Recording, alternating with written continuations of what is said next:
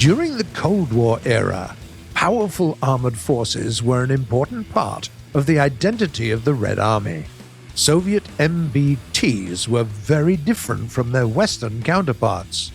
While incorporating a lot of bleeding-edge technologies like carousel-style autoloaders and composite armor, Soviet designs had a lot of teething problems. In the end, though, Soviet engineers managed to overcome those difficulties and produced the revolutionary T-64A and the mighty T-80U. Today we're going to speak about them, as well as other Soviet MBTs.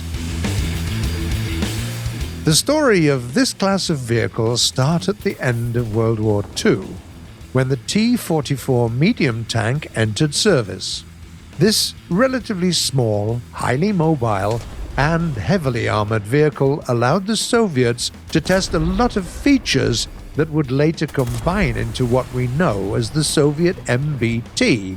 Thanks to the T-44, we saw the likes of the legendary T-54, the T-55, and eventually the T-62. All of those tanks, in turn, allowed Soviet engineers to test a number of other innovations like gun stabilizers, NBC protection systems, and the 115mm Malot smoothbore gun. By the middle of the Cold War, though, the Red Army needed a completely new tank to maintain firepower superiority, and they got the T-64, the first ever production tank to be equipped with complex composite armor. By the end of the 1960s, the Soviets also received the T-64A variant, upgunned to carry the 2A-26, a 125mm smoothbore cannon. Its modernized version, the 2A-46, became a staple of the Soviet tank industry for decades to come, and remains fairly effective even today.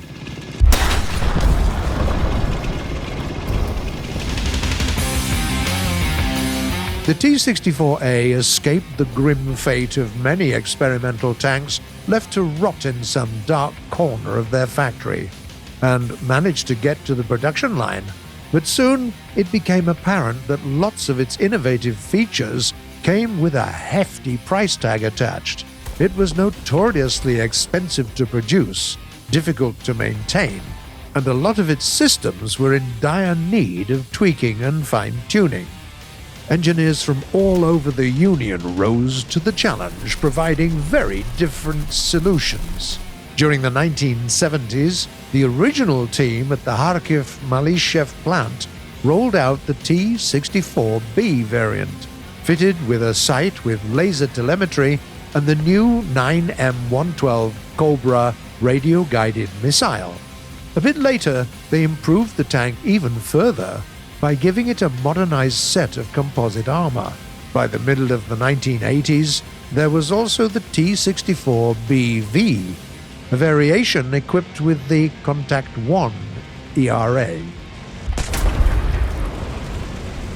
At the same time, a team of engineers at Uralvagonzavod in Nizhny Tagil, fitted with T-64A and with B-46 engine, ditched the old auto-loading system in favor of a new carousel-type autoloader and completely reworked the running gear of the tank. This was a vehicle that we know under the name of the T-72. There are two different variations of this tank in the game, the T-72A and the T-72B. Compared to the standard model, the T-72A came with its top and turret front heavily reinforced with composite armor and carried a more advanced gun, the 2A-46M. The T-72B, in turn, was given an even more effective composite armor arrangement, as well as Contact 1 ERA and the reflex-guided missile. All in all, the T-72 tanks proved to be a very successful design, and compared to the preceding T-64A, also a considerably more reliable one. It's no wonder that it became one of the most produced MBTs in the world.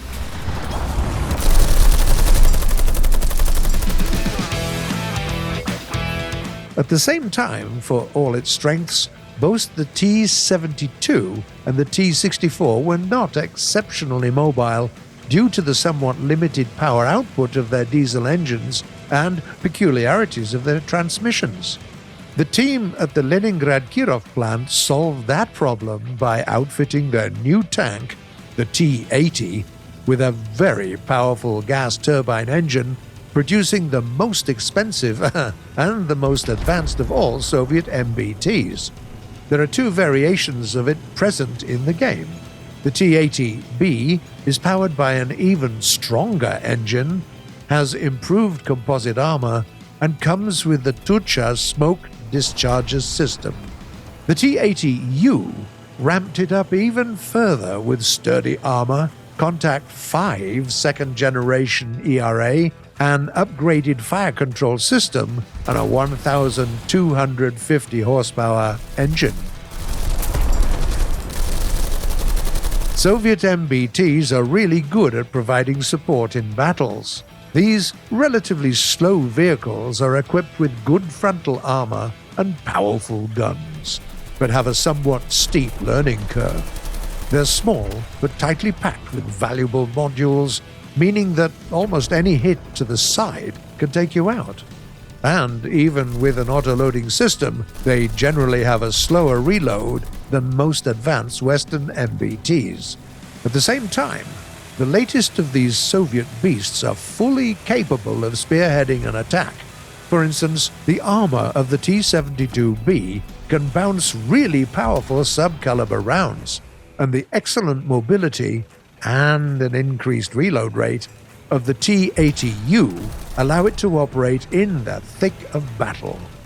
Do you enjoy using Soviet MBTs? Which one is your favorite? Please tell us in the comments below.